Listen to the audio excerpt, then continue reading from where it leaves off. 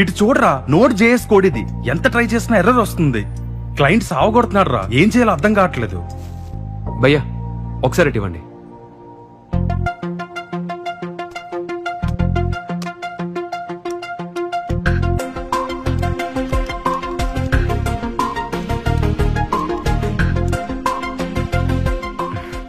Rectify అయింది, ఇప్పుడు run చేయండి.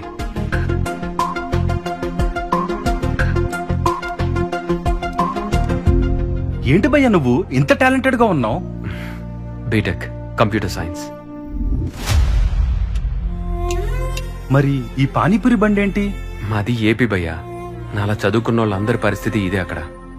నాది కూడా అదే పరిస్థితి.